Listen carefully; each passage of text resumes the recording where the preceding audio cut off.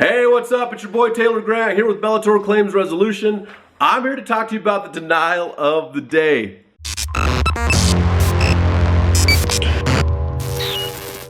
Today's comes to us from Alex of Greeley, Colorado. I took another day off of work and met with the contractor and the insurance company adjusters. Two of them. These two adjusters do a quick 30-minute look over my property and tell me that there's no damage to either of the roofs. The house roof is just age damage and there's no damage to the detached garage whatsoever. But they did see hail damage to the siding. We'll talk about that here in a second. Even though the previous independent inspector, which I'm assuming is an independent adjuster, and virtual adjuster found and agreed there was hail damage. So the first people found and agreed there was hail damage, and now all of a sudden on the re-inspect, there's no hail damage. Magically it all just disappeared. How's that possible? We'll talk about that here. Let's see. When I asked why the conflicting information from the first adjuster, he had no answer and stated that the person that they sent out was just a photographer, okay? He absolutely was not. I met and spoke with this man. I believe he was more knowledgeable about the storm damage than the insurance company adjuster was. So many things. I'm gonna just keep this up here so I can read. So how is it possible that the first adjuster comes out, takes a look at the property, and then the second adjuster comes out, takes a look at the property, and the first one says, yeah, there's damage. The second one's like, no, there's no damage.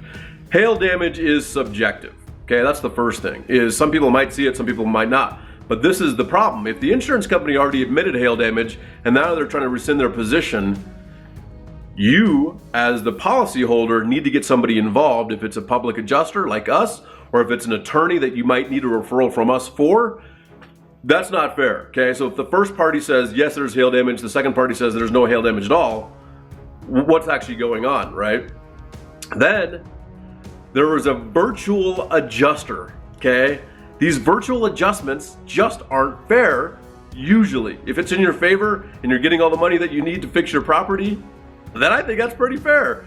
But if your claim is denied by a virtual adjustment, meaning they talk about this person's a photographer, right? And that's what they're doing, is these insurance companies are hiring photographers or people just to document the damage that they might not even know what the damage is, right? So in this case, it sounds like the guy did know, but a lot of times it's just a drone, a virtual adjustment with a drone.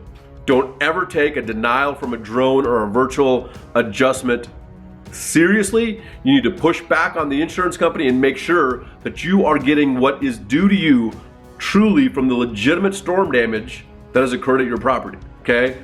This is Colorado. It is now summertime. It is gonna get crazy with hail. It's already started, but I'm thinking it's gonna get even crazier. And due to the moisture that we've had this year, I believe that the storms are gonna be later. The hailstorms are gonna be in July, maybe August. And we've had them into September, right? Which is crazy, and I think that might happen again. Obviously, I don't know, right? I am no weatherman, although I do play one on TV. Just kidding. But this is the deal. Never take a denial from a virtual adjustment. If it's an adjuster on the phone, they're like looking at a phone, like, you know, the damage on an iPhone or something like that, or a drone. Do not take those as being a serious adjustment, because they're not. It's complete BS. Fight those, fight those, fight those, okay? Let's see. Yeah, so I mean, that was pretty much it, okay? If you need help fighting these BS virtual adjustments, call us, let us know. And I just want to say, the reason that these companies are doing it is because it is cheap. It is cheap for them. It is way cheaper to send out somebody that's not licensed, that can take pictures, that knows how to take pictures, or fly a drone. It's way cheaper to do that than sending a licensed adjuster or an adjuster that actually knows what the hell they're doing to your property to adjust that claim.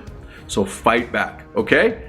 If you have questions, let us know. BellatorClaims.com. My name is Taylor Grant. That is BellatorClaims.com. Contact us today.